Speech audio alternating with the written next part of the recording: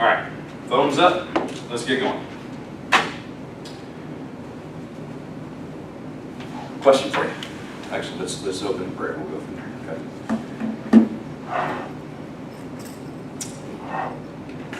Father, help us today to walk away with just awe of you, of who you are, of what you've done in the universe, of how everything works, and how apart from you, it's literally impossible that we or anything else in the universe should exist. It's all held together by the might of your Son. Help us to learn the material that we need to learn. And, more importantly, Father, to just understand something of you in the universe. We ask this in Jesus' name. Okay, so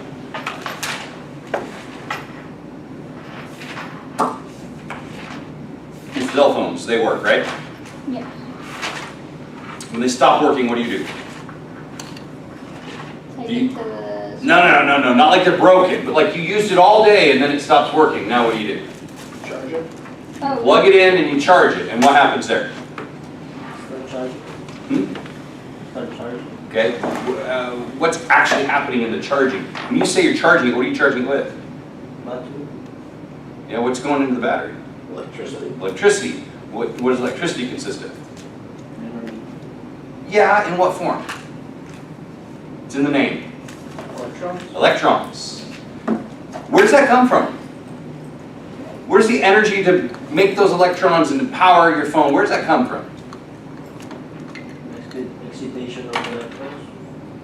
Okay. Let me get at this another way.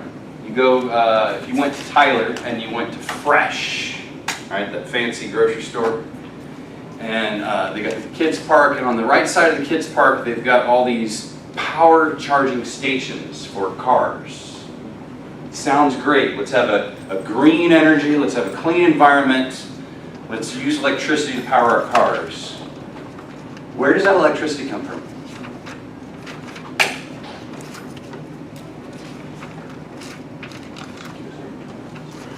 I don't know. Power goes out. We live in East Texas. Power goes out all the time. Storms, stuff like that. Power's going to be out for days. What do? So you need to charge that cell phone, right? So how can you charge your cell phone when the power's out?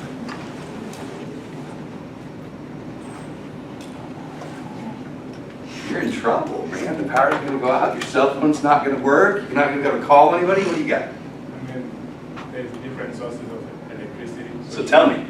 You could use solar. Okay, let's talk about that. So if I could get like a solar panel or something like that, I could maybe plug my cell phone into that and it would charge it. Where does the energy for that come from? From the sun. From the sun. It's a stormy day though. Power went out. How am I going to charge my cell phone? I forgot to charge it last night. Maybe you can use that thing like you put some gas and boom. Yeah, I could use a generator, right? And so a generator will convert the stored potential energy in gasoline into mechanical energy and then into electrical energy, and I can charge my phone, right? So the energy source there is the gasoline. If you don't have that, you could just go out to your car, right? You could plug it into the cigarette lighter thing and you could turn the gas on, turn that battery, the energy on, and so your car would convert energy from gasoline, ultimately, in that case, into electrical energy that you could charge your phone with. But where did the energy to power or to make the gasoline come from? Where does science teach you that gas comes from? Yes, sir. I mean, it comes from oil. From oil, and where do they think oil came from? It's a dead matter. Fossils. Yeah, they call it fossil fuels, which is a little misleading. It's not like there was a bunch of dinosaurs and I think most of it, they speculate at least, that most of it came from plants and stuff like that. And then those things died and they got compressed, energy got stored and converted into like crude oil. We take that out and we do tricks with it, and ultimately we get electricity or whatever else. Where did the energy to make those plants come from? from the sun. Okay. In one form or another, every bit of energy on Earth has to come from the sun. Okay. The sun is like the source for energy in our planet or in our solar system. Yes, we could talk about like some hydrothermal energy, so, you know, like really, really hot water coming out of the Earth, out of, you know, in the oceans or whatever. Yes, we could talk about energy just, I guess, from magma or from nuclear decay and radiation, things like that. Very, very small in terms of the whole pie, all right? Almost everything is going to come from the sun. Now, where does the energy come from in the sun?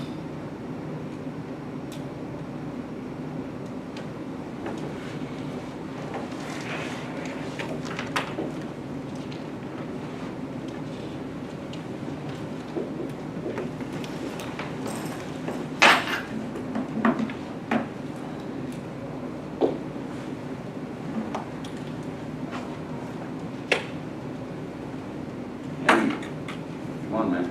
Get away.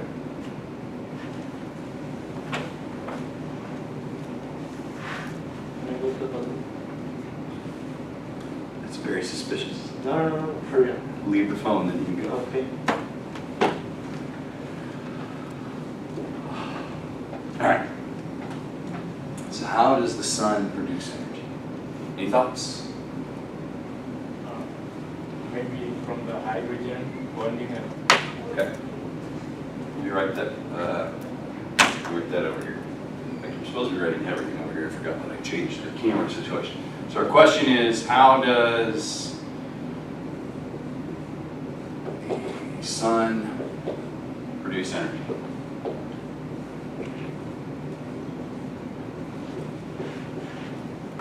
Friend here says, has to do with hydrogen. Tell me what you're thinking. the white, forgot the name of the process, but Okay. it's like when it bonds and then it's split, like sort of nuclear fusion and fission. Yeah, it's fusion. Hydrogen. Hydrogen fusion. Into helium. So, what happens in the sun is you actually take 4 hydrogen atoms and you're able to produce 1 helium atom and energy. Okay, so this is called fusion. Fusion is absolutely the answer to that question. How does that work? How do I take matter, how do I take mass and create energy, right? And so the most famous formula in the entire world, it's 3 letters big, what is it? E equals MC squared.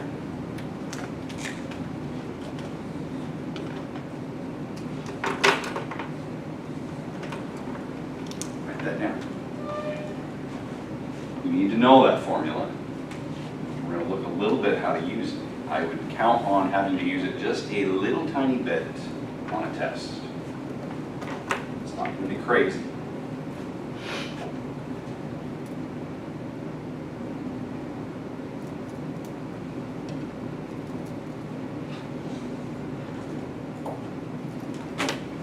Energy equals mass times the speed of light squared.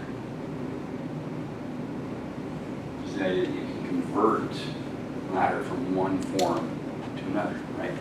I'll give you some precise things. Sometimes I can be a little bit imprecise.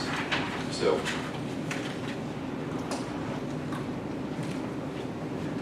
this is so important. Because one thing that's happening in our sun is that when we take all this matter, right? If you were able to measure it and you go through a chemical reaction or a nuclear reaction and you're fusing these things together, you actually lose mass. And they go, okay, well, where is that mass? Because we have this thing called the conservation of matter, which says matter cannot be created or destroyed. It cannot, but it can only be converted into one form or another. Right? So I can rearrange it, I can do things with it, but I can't just get rid of it, and I certainly can't just make it. But then Einstein comes along and he gives this formula, and it changes the game, because it explains how it is that the sun is constantly losing mass. It's getting smaller by the day. It's losing that because this is happening, and it's giving off lots of energy, but it's also losing a little bit of matter as it goes. Well, there's an exact relationship between matter that's lost and energy that's produced. Notice that the mass and energy are on opposite sides of this equal sign, right? So there's an inverse proportion. As I lose energy, I can gain mass. Or as I lose mass, I will gain energy. Of course, there's a factor here, c squared. Do you know what the c stands for? The speed of light, which is a huge number in itself, much less when I square that. So, just to recap the things I'm trying to lay down here. All energy on Earth comes from, practically speaking, all energy on Earth comes from the sun. The sun, how does the sun produce energy? It's doing hydrogen fusion into helium. How does that actually produce energy, though? It's E equals mc squared. What this is saying is that we lose a tiny bit of mass, I mean tiny bit of mass, and we produce an extraordinary amount of energy, because this is a huge number. So we're gonna write this. A little loss of mass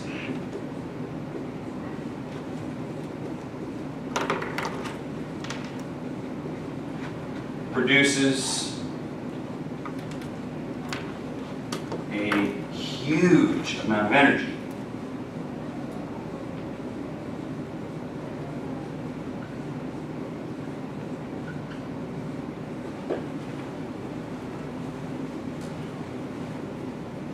So far, so good? Totally good? You got this? You'll ace this on a test? Maybe worth writing down? Yeah. Okay. Let's write it down. This says something else, though. This says the opposite of this. What's the opposite of this statement? A huge amount of energy results in a little loss of mass. A huge, not a little loss, a little production. A huge loss in energy or transformation of energy will produce a little bit of mass. Okay? Does that make sense? Give you all a minute.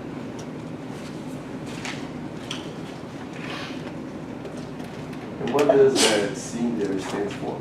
The speed of light squared, which is a huge number. I'm going to show you all some videos today. It's not going to just be me, like sitting here boring you with stuff. We'll watch videos, we'll talk about them, we'll put the pieces together.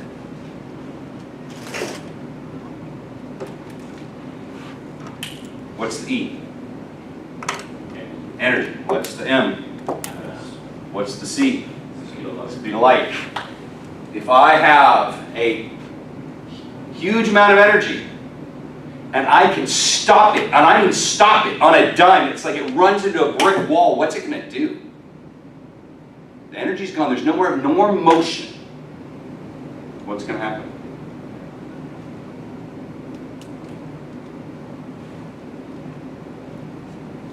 Law of conservation of energy would also be at play here, right? Energy can't be created or destroyed, but it can only be transferred to one form or another, except for Einstein's equation. So if I were to, I have no kind of an arm at all, but if I could just gun this thing, and then perfectly, now understand, I'm not talking about this, okay? I'm not talking about like a big old piece of thing that I'm just going to throw there and the energy that I gave to it's going to be converted from one form to another. But if I could somehow myself produce energy, just shoot out like light, like gamma rays. Do you know what gamma rays are? So on the electromagnetic spectrum, you've got like long wavelengths down here, like radio waves, where it's like a meter between the wavelength, like it takes this long for it to get through, down to gamma rays on the other end, which are super, super tiny. The longer the wavelength, the less energy. The shorter the wavelength, the higher the energy. Gamma rays have the highest wavelength, or I mean the shortest wavelength of energy. They're incredibly high. This is the stuff that we shoot at cancer cells to kill them, okay? You don't want a lot of exposure to gamma rays or gamma radiation. It's exceedingly dangerous. So if I could produce myself gamma rays and shoot them at the wall, I mean, first of all, they're probably just going to pass through. It's super high energy light. You have to have like thick lead shields to deal with all this radiation. That's why, you know, if you ever get X-rays, they put like a lead vest around you, except for the spot they're trying to hit. They don't want you getting too much radiation. It's just all light is energy. It's like this discrete bundle of energy that you're shooting, and it just goes. But what if I could like shoot two gamma rays at each other and they hit perfectly, just the right way, to where they both stopped and had no more energy? What would happen? They would convert into matter. Energy would be gone, and it would become pure matter. And you could literally make something out of nothing. By the way, where do you ever hear of something being made out of nothing?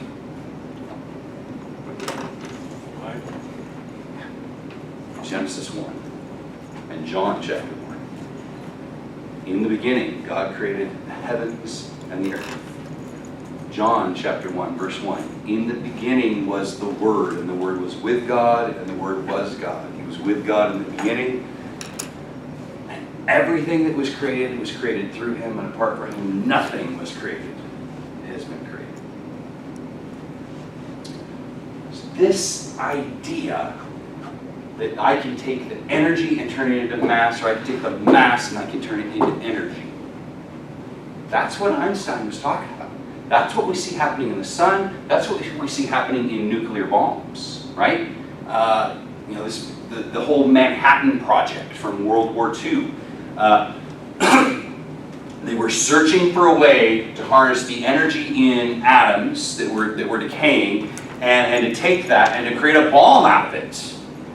Now, of course, they wanted to create a bomb that was so terrifying that no one would ever use it. We used it once, well, twice.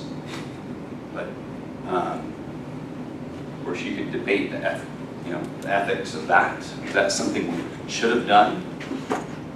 So far, so good on never using one again, though, you know, the world got close many, many times. But there's such huge energy in just a little bit of matter. And if you can just convert that matter, a little bit of matter, you get a huge amount of energy. And if you can convert a huge amount of energy, you can get a little bit of matter.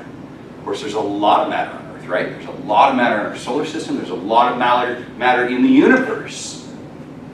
Well, if a lot of energy creates a little bit of matter, you've got to have some huge energy to create everything, right?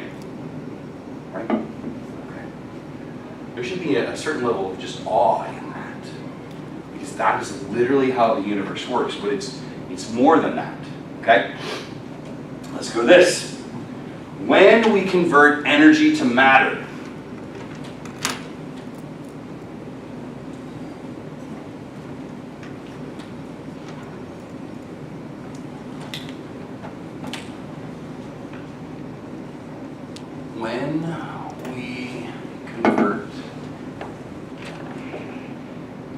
energy to matter.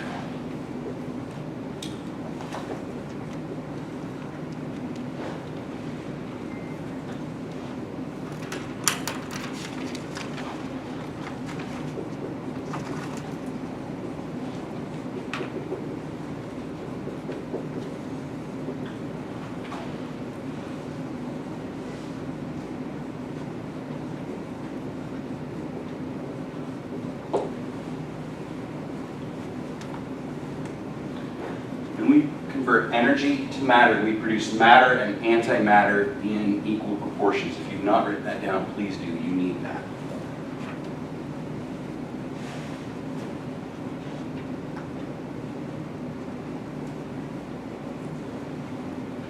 If I can shoot photons at each other and get them to, especially like a gamma ray, and hit them just right to get them to actually stop, I will convert energy into mass, right?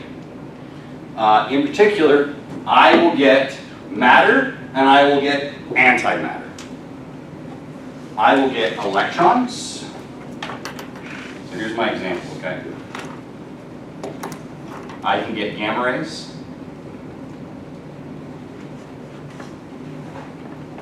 To produce both electrons. That's matter. We call it matter. Produce electrons and anti-electrons, but we don't call them anti-electrons, we call them positrons.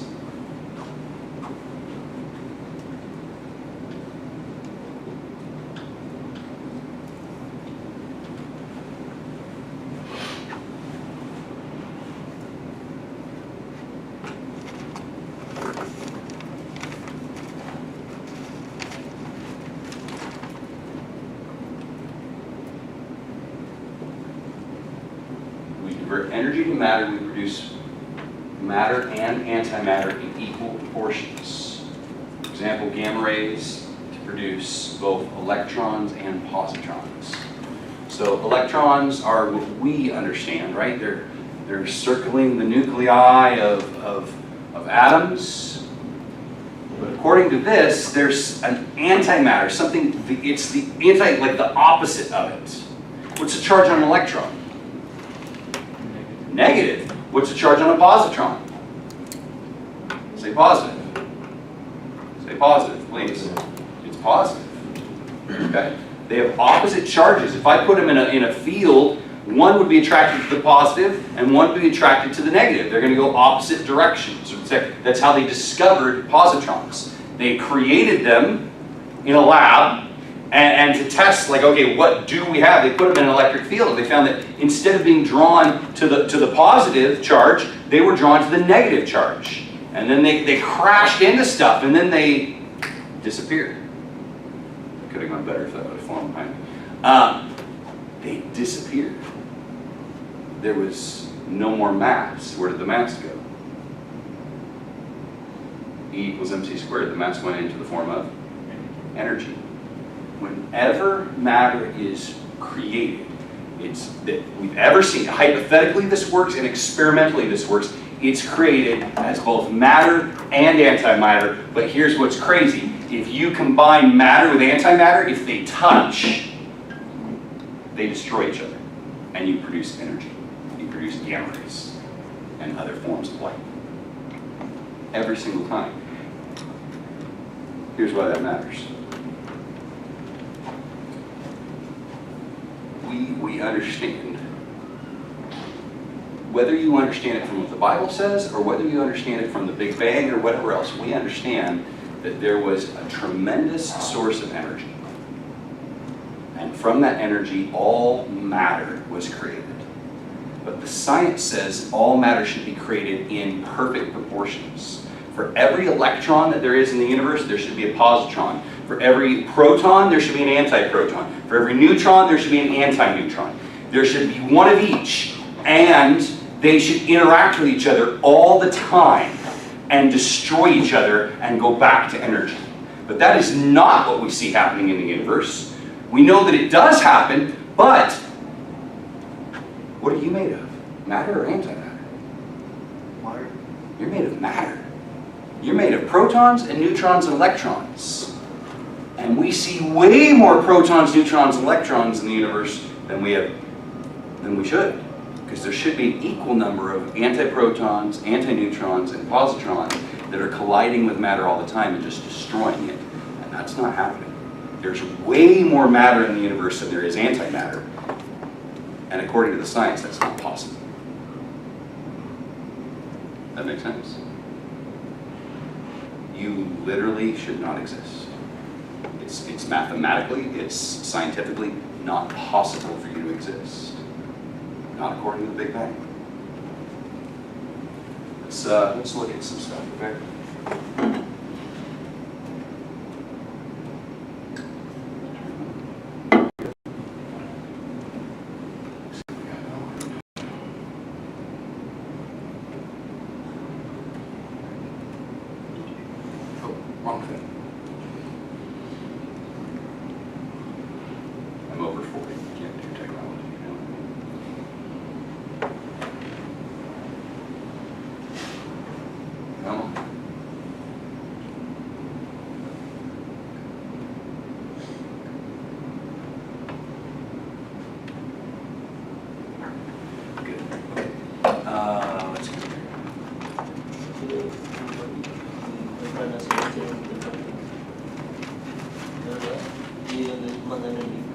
do this. Here we go.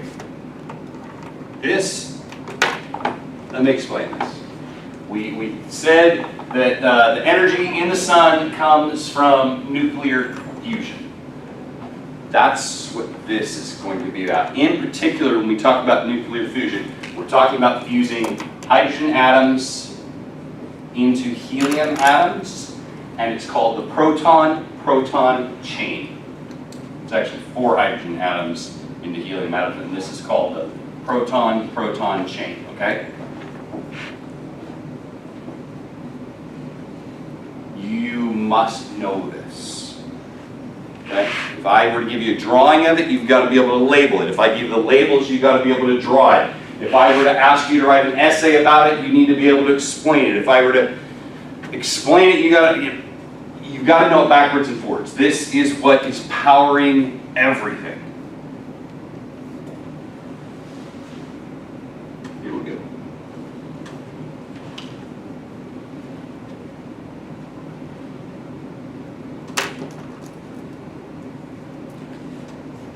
For more physics-related videos, please subscribe. Welcome to Stellar Physics 5e.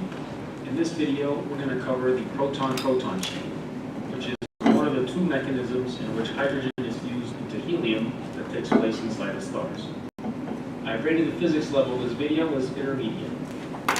Now, way back in Stellar Physics 1D, I went over the various nuclear fusion stages in stellar cores, and I covered in some detail the proton-proton chain. But that was a while ago, so let's recap what I went over in that video. Stars, during their main sequence phase, which is most of their life, are made up of roughly 75% hydrogen and 25% helium. They are supported against gravitational collapse by fusion taking place in their cores. And during the main sequence phase, that's hydrogen fusion. Hydrogen fusion takes 4 protons, which are hydrogen nuclei, and converts them into 1 helium nucleus, or alpha particle, which is made up of 2 protons and 2 neutrons.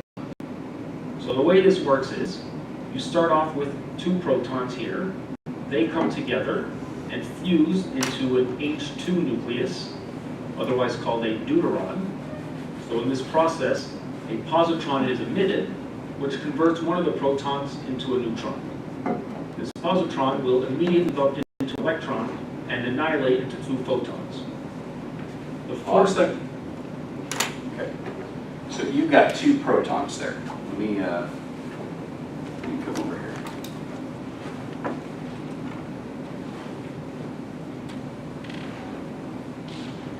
You get 2 protons. What's the charge on a proton? Positive, right? So I'm going to put a positive here and a positive here, right? So these are hydrogen, right? Because if I have just a proton, that is the nucleus of a hydrogen atom, right? And we're combining these together. And to combine these together, when I combine these together, I get something very different. I keep 1 proton, but my other one becomes a neutron. What's the charge on a proton? Positive. What's the charge on a neutron? Neutral. Neutral. It used to be positive, though. Where did that positive charge go? Energy. Not in this case, not yet. It literally shot off as a little piece of matter with a charge called a positron. Okay? So it shoots off a positron.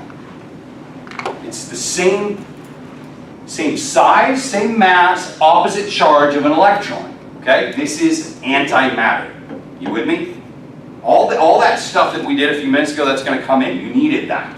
So this positron is antimatter. This positron in the sun, where everything's existing, at least in the core, as very, very dense plasma, so dense that electrons and light, it's very hard for them to escape. This positron is going to collide almost immediately with an electron. What's the charge on a positron? Say positive. What's the charge on an electron? Say negative. Negative. What happens to opposite charges? They attract. Of course it's going to slam into an electron. They're drawn together by their opposite charges. When they slam into each other, what do? Matter. They convert matter into energy. Okay? So this positron hits, I've got to get more markers, man, hits an electron, right? Because the opposite charges. This is positive, this is negative, and when they hit, see what's happening here? They produce 2 gamma rays.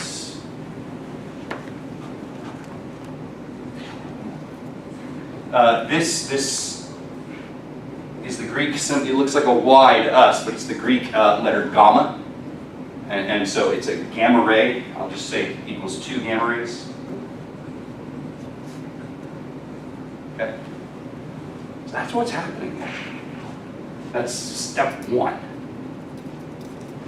So right away, in a star, I got these 2 hydrogen atoms that slam into each other at high speed and high temperature, and when they get close enough, the charge doesn't matter anymore, because they're the same charge, right? If you ever try to take 2 north poles on a magnet, what do they want to do? They want to repel, they want to fly away, and that's what protons want to do. But if you can hit them together at enough speed, with the right conditions, then will be overcome by the nuclear forces, and it will stick together. But when it does, it's going to release a positron, which is what kind of matter? Antimatter, okay? And that neutron is going to, or that proton is going to become a neutron. That positron, with its positive charge, almost immediately reacts with an electron, and they cancel each other out. The mass is converted into energy. Energy in the form, in this case, of gamma rays. That's just step 1. You with me?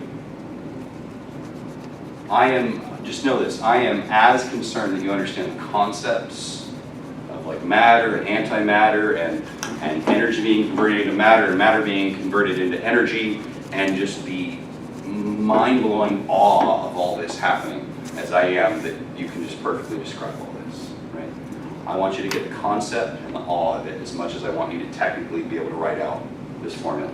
I will not ask you for this formula. The type of thing I will do is I will give you the drawing, and I'll go, all right, label this. Okay? And I'm probably not going to say 2 gamma rays. I may leave a blank and go, okay, what's produced here? Right? I may leave a blank here and go, and you're going to know, oh, that's a positron. You've got to really be able to label that. Okay? You've got to be able to go, that's a proton, that's a, so you really do have to know this thing.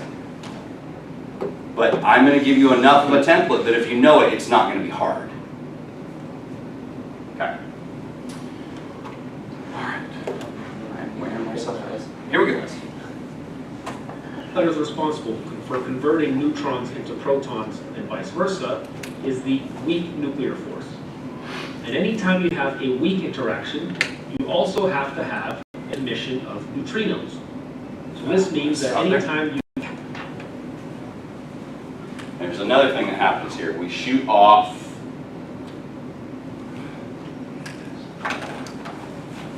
a neutrino.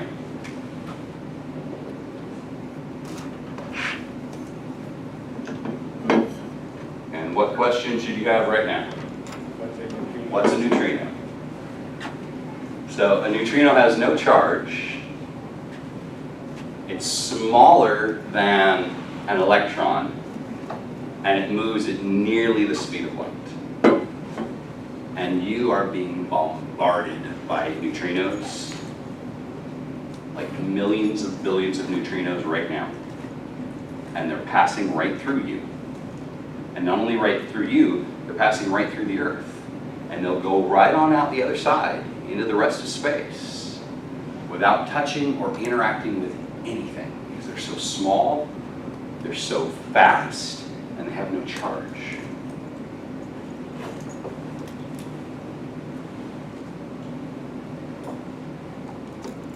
So far, 2 hydrogen atoms or nuclei fusing together. You get basically what's called a heavy hydrogen. It's called deuterium or a deuteron. That's the name of this, by the way. I'll just make a side note over here. Well, I don't like that. I'm going to do it here. Okay, so this is called deuterium, also called deuteron. Depends on who's talking. This is the first product here, right? It's the very first thing that's formed. We have this on Earth. You can get this in the atmosphere. It's just heavy, what we call heavy hydrogen. Okay. Pardon? Nothing. All right. You ready for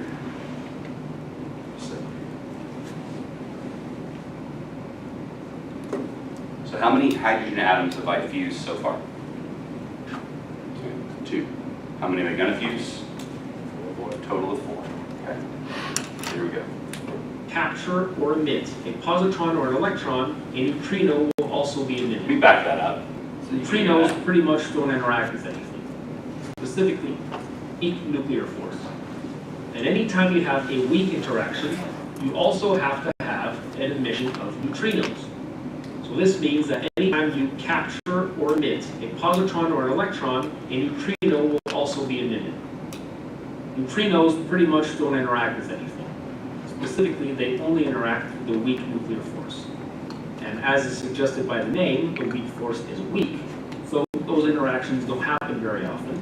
And so essentially, the neutrino strings out from the star without interacting with anything. So this is just energy lost. The energy carried away by the positron is not lost because it annihilates with an electron, converting into photons, which is then absorbed by the material in the star. Okay, so then the deuteron will bump into another proton, and they're going to fuse into a helium-3 nucleus. Then the helium... We're going to freeze there. Okay. So what they are describing here is this same deuteron, right? I'm just redrawing it. Positive and neutral, right? It's going to interact with another hydrogen nuclei to form this.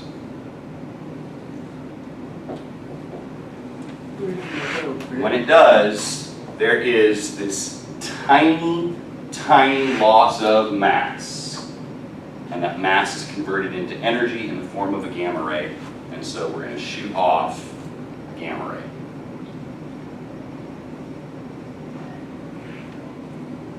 All right. So far, how many hydrogen atoms have I worked with? 3. How many gamma rays have I produced?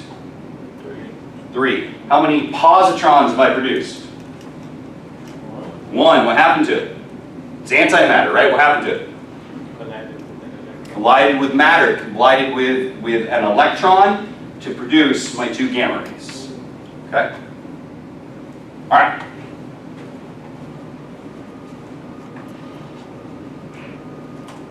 Helium-3 nucleus will bump into another helium-3 nucleus, which in this schematic was made via the same process we just described, but it doesn't have to be. You just need a helium-3 nucleus from somewhere.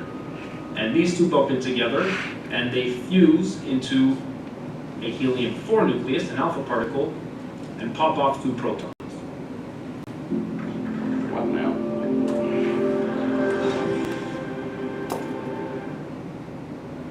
The net process is that 4 protons plus 2 electrons are converted into a helium. Let's stop there. So here's what he's saying. I've got this, right? Now, what is this right now? What element is this? That's helium already, but helium never exists like this. Okay? Helium pretty well always exists as helium-4, 2 protons, 2 neutrons. Right now, I've only got 1 neutron. So what happens is this combined collides into another of the same kind. I'm drawing a cartoon character. And when it does, we get a traditional helium-4 nucleus plus 2 hydrogen nuclei.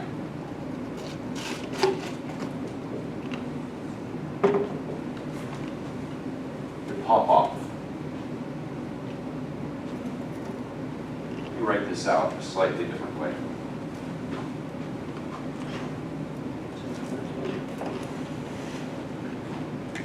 So start off with 2 protons, right? They come together to form 1 proton and 1 neutron, right? Then I add 1 proton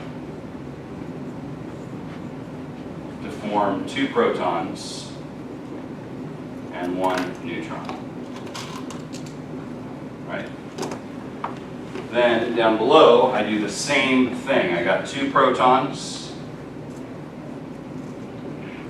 come together to form 1 proton and 1 neutron.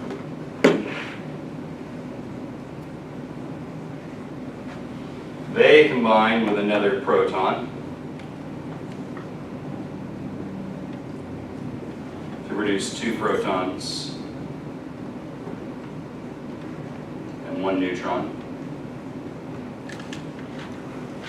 And these come together to produce, I'm going to call it 1 alpha particle. Okay, that's what a helium nucleus is. It's the same thing as saying 2 protons, 2 neutrons. I'm going to say 1 alpha particle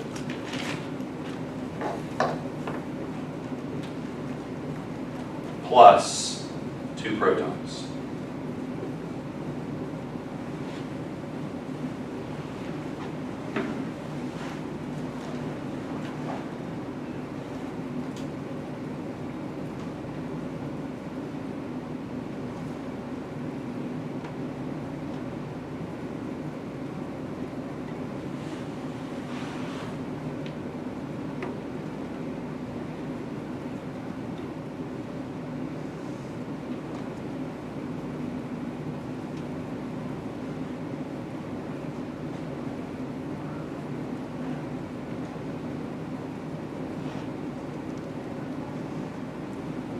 Along the way, we're going to produce positrons, which are going to convert into gamma rays. We're going to produce neutrinos, and we're going to produce additional gamma rays.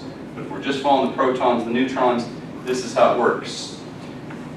I put in 4 protons between the 2 legs of this thing, right? And then I add in another proton. So how many protons do I have to actually have to get 1 neutron, or excuse me, to get 1 alpha particle or 1 helium atom? I circled the wrong one. Sorry, don't bear with me here.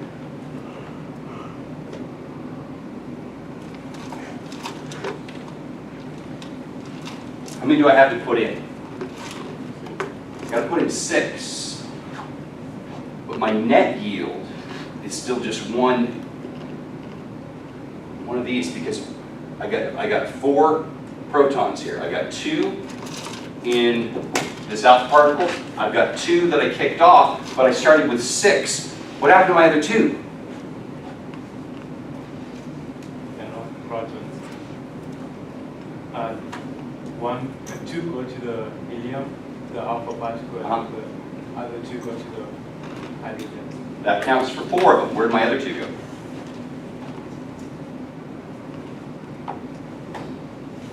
According to this, I just lost 2 protons. Where'd they go? The other one turns into a neutron, right? It emitted a positron, turned into a neutron. That's what happened right here. Emitted the positron, it turned into a neutron.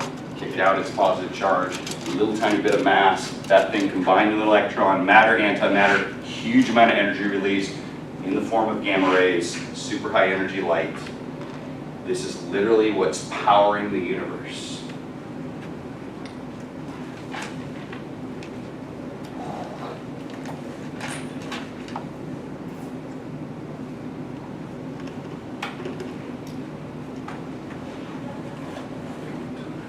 Time are we out of here?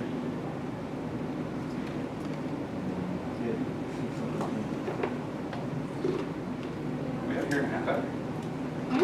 Are we out of here in a half hour? It's 1:20. Yeah, goes fast. Might not for you, it goes fast. All right. Questions about this right now? You mentioned the neutrino. Yes, I sir. got lost in this part. So what's Okay. actually the neutrino? Say it again. What's actually the neutrino and his function? What is the neutrino? Yes. Okay, it's smaller than electron, has no charge, and it moves at nearly the speed of light. Functionally, it's not really doing anything, okay? Except that it matters, because when they were first trying to calculate this, what was happening in nuclear fusion and in other reactions, they're going, it doesn't add up. The amount of mass and the amount of energy doesn't add up. There's something missing, and they couldn't detect it. And before they ever discovered a neutrino, they knew there had to be something. And they called it a neutrino. And then, like in the 50s, they did an experiment and they actually discovered it. That's happened a lot in science. I'll have chemistry tomorrow, and we'll talk about Mendeleev, who put together the first periodic table. And what was really cool about that is there were elements that no one had found yet, but he knew they had to exist. And so he just left holes for them. And then later on we found them, and they matched exactly. And it's the same thing here. It's like there was this hole in this formula because the mass and the energy didn't add up. And what was missing was neutrinos. So I'll show you a video on neutrinos in a minute, just so you get the concept of it. But, all right. Whenever two gamma rays collide into each other, what two things do they produce? Matter and antimatter. Name the two particles. What are they? Positron and electron. Positron and electron. If you can ever just perfectly nail two gamma rays at each other, you'll produce both a positron and an electron. And we do this. We have, they want to test this stuff, so they have all these things and they've created them. And when I combine a positron and an electron together, what do I produce? It's right up here. Wait, isn't it up here? Oh. When this hits an electron, I guess I erased it, didn't I? What does it produce? Gamma rays. Two gamma rays, right?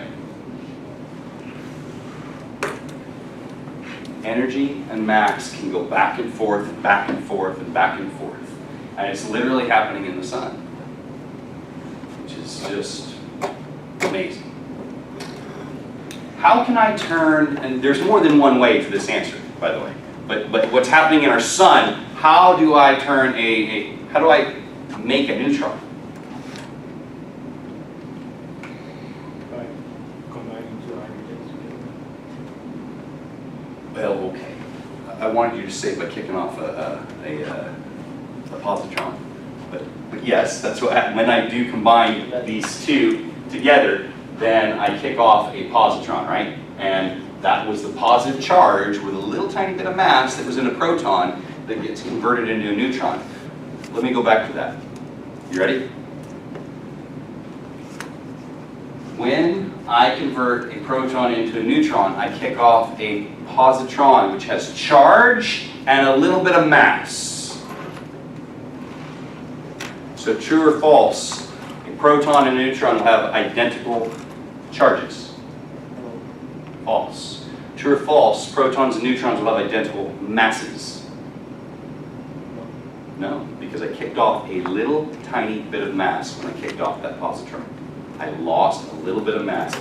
A proton is like infinitesimally larger than a neutron is. Right? Okay. I will get a printout of that for you I know you've been drawing it, but that's really just clear and good. I'll give you this, and I'll also get you a version that's blank to practice with, okay? Just practice it. It'll be worth it. That'll be a substantial, pardon? No.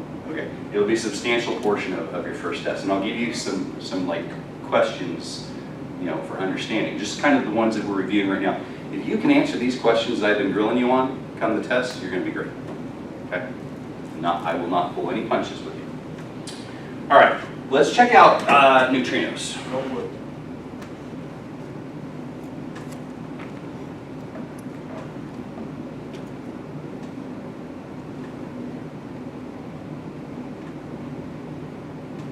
This video is sponsored by Masterworks. The image that you're looking at is that of the sun. But here's the astounding part. It was not taken looking up at the sky, but taken looking down at the earth. How the heck is that? Let me explain what he's saying here, okay? That doesn't make sense on its surface at all.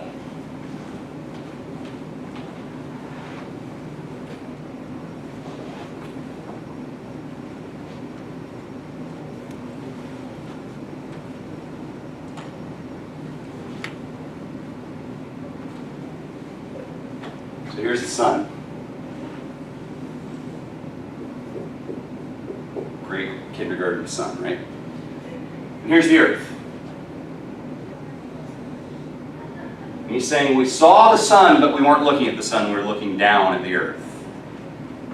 He means we're on this side, and we're looking in, we're looking down at the surface of the earth, and we're seeing the sun.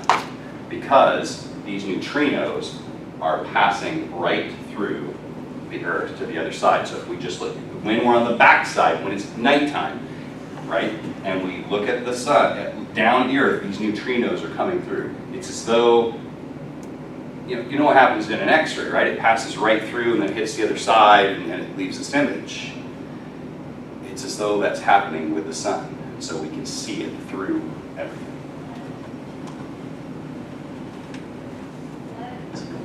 Well, this is a photo of the neutrino emission of the sun.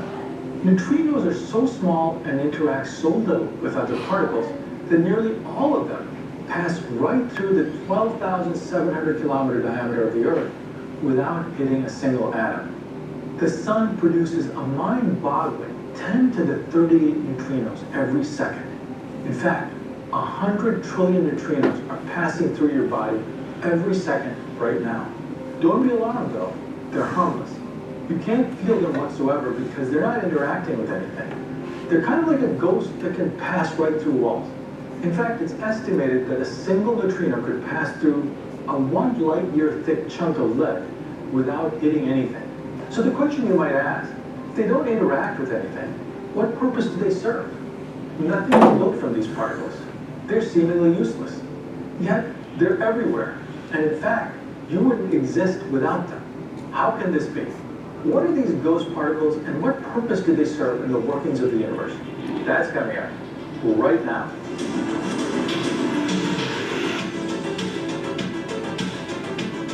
I think you're going to be fascinated by the story of neutrinos, which you'll find are really responsible for everything. But before we get into that, I want to acknowledge Masterworks for sponsoring this video. It's been a tough year. Headlines are filled with caution, inflation is high, and the financial system is suffering radical shock, like a sudden banking collapse.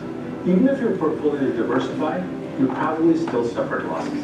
Maybe a modern approach is needed to diversify. This is Goldman Sachs saying that real assets can help salvage loss. Neutrinos are one of the most mysterious particles we know of. And although they may appear to serve no useful functions, they are in fact very important. For one thing, they're ubiquitous. They are the second most abundant particles we know of, after photons. When a supernova explodes, 98% of the energy is carried by neutrinos within the first 10 seconds, not photons, as you might have thought. They don't carry a charge, and they interact very weakly. This is why they can go right through the Earth without interacting with anything. You might ask, if they go right through the Earth, right through our bodies, then they probably go right through our instruments. So how the heck did we ever know they even existed? Well, they were first theorized in 1930 by none other than Wolfgang Pauli, who's perhaps most well known for the Pauli exclusion principle. He was trying to solve a known conundrum in physics at the time. The conundrum was that some of the energy in a radioactive beta decay appeared to be missing. A beta decay occurs when an atom has too many neutrons or protons in its nucleus. When there are too many neutrons, the nucleus becomes more stable by transforming a neutron into a proton. This is called a beta minus decay. This process emits an electron. Scientists had noticed that the electron which was emitted did not always have the same energy. Sometimes it had more and sometimes it had less. But since the proton always had a fixed value for its mass, they couldn't understand how the electron's energy varied. This appeared to violate a sacrosanct principle in physics, the principle of conservation of energy. Pauli proposed that perhaps a second invisible particle was being emitted along with the electron, which carried the different energies, allowing for overall energy to be conserved. But if it existed, it became clear that it must be neutral in order to conserve charge, be very light and weakly interacting, because it was not easily detected. Enrico Fermi soon after coined the term neutrino for this as yet undiscovered particle. Now the question you have to ask, how were they experimentally detected if they don't interact with anything? Well, what's favorable for detection is the fact that they're so extremely abundant, to the tune of 100 trillion going through your body every second. It turns out that if you build a detector large enough and leave it on for long enough, a small percentage of these neutrinos will interact often enough that we can detect them. In fact, they were confirmed experimentally in 1956, 26 years after first being theorized, by physicists Fred Rines and Clyde Cohen, for which a Nobel Prize was later awarded. Their detector weighed 10 tons and was placed near a powerful fission reactor. The fission and fusion processes produce a lot of neutrinos. For example, the tremendous fusion reaction inside stars like our sun is the reason these particles are so abundant. How are they produced in the fusion process? When the sun fuses hydrogen to helium, this is a multi-step process, the end result of which turns 4 protons into a helium nucleus consisting of 2 protons and 2 neutrons. This process produces 2 positrons and 2 neutrinos. Now you might say, if that's the case, we should be as bombarded with streams of positrons as we are with neutrinos. Why doesn't that happen? The reason is because neutrinos don't interact with anything and pretty much pass right through the sun and onto the Earth. The positrons, on the other hand, being the antiparticle of electrons, are immediately annihilated by electrons in the plasma of the sun to produce high-energy photons, or gamma rays. But by the time they make it out of the sun's core, we see them as mostly visible light. So we should be thankful that we are bombarded by visible light instead of positrons or gamma rays. The neutrino emission from the sun is where this particle gets a little weird, and the mystery of its mass comes about. They were initially thought to be massless, but we now believe that they do have mass because the neutrinos from the sun went missing. What do I mean by this? We know how many neutrinos are supposed to be produced by nuclear reactions in the sun, and these can be detected right here on Earth. However, we didn't detect nearly as many neutrinos as we should have. This was called the solar neutrino problem. So where did this missing neutrino go? Well, it turns out that neutrinos, like all formations, actually come in 3 different types, called flavors. The flavors are electron neutrinos, muon neutrinos, and tau neutrinos. Electron neutrinos were the ones we were looking for. But when we learned how to detect the other 2 flavors, muon and tau neutrinos, suddenly the missing neutrinos could be accounted for. Somehow they changed from electron neutrinos to muon and tau on their way here from the sun. This changing of flavors can only happen if these 3 particles have a non-zero mass. Now, what do flavors have to do with their mass? Well, this is where the weirdness comes from. I'll give you the simple answer, then I'll give you the more complicated answer. The simple answer is that in order for flavor change to happen, some passing of time must occur for the particle. In other words, if no time passed for the particle, then no change could happen. But since flavor change does occur, time must be passing for them.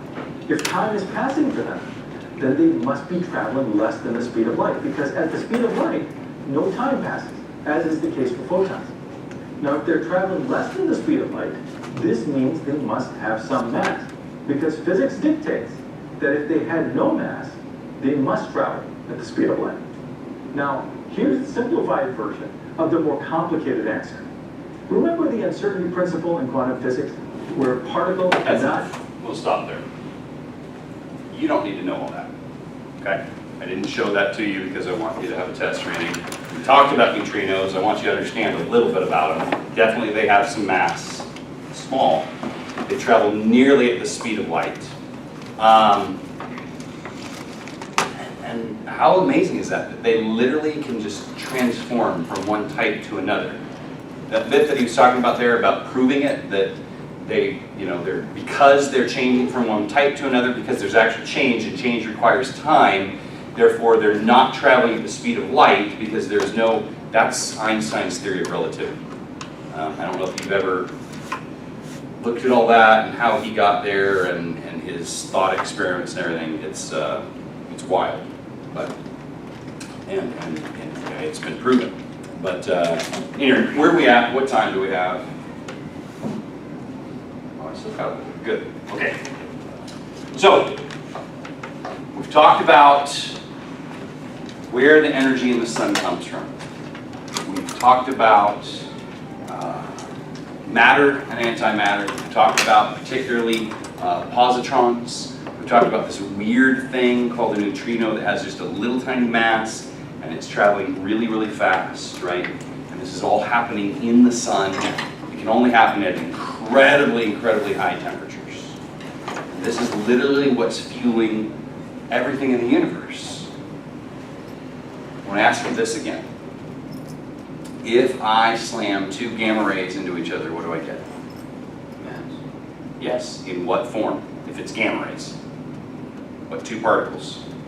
Positron and electron. Always and forever in equal proportions. And if I take one positron and one electron and put them together, I will always produce two gamma rays. This is just a hard and fast rule of physics.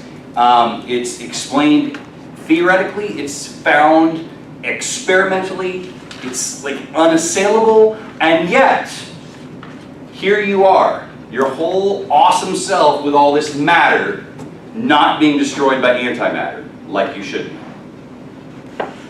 Which, when we look at the entire universe, we see, hey, there's all kinds of matter. Where is this antimatter? It's supposed to be there, and it's not there. That's not possible according to the laws of physics. It's not possible according to evolutionary science. It shouldn't be, and yet it is, right? So just something to think about. Here we are in an astronomy class. You know that probably the guiding principle of most astronomers would be the Big Bang, right? That's what our society has been taught, and yet the physics does not add up for the Big Bang. The evidence does not add up for the Big Bang. It's probably the number one problem in astronomy, or in theoretical astronomy anyways. All right? All right. God bless.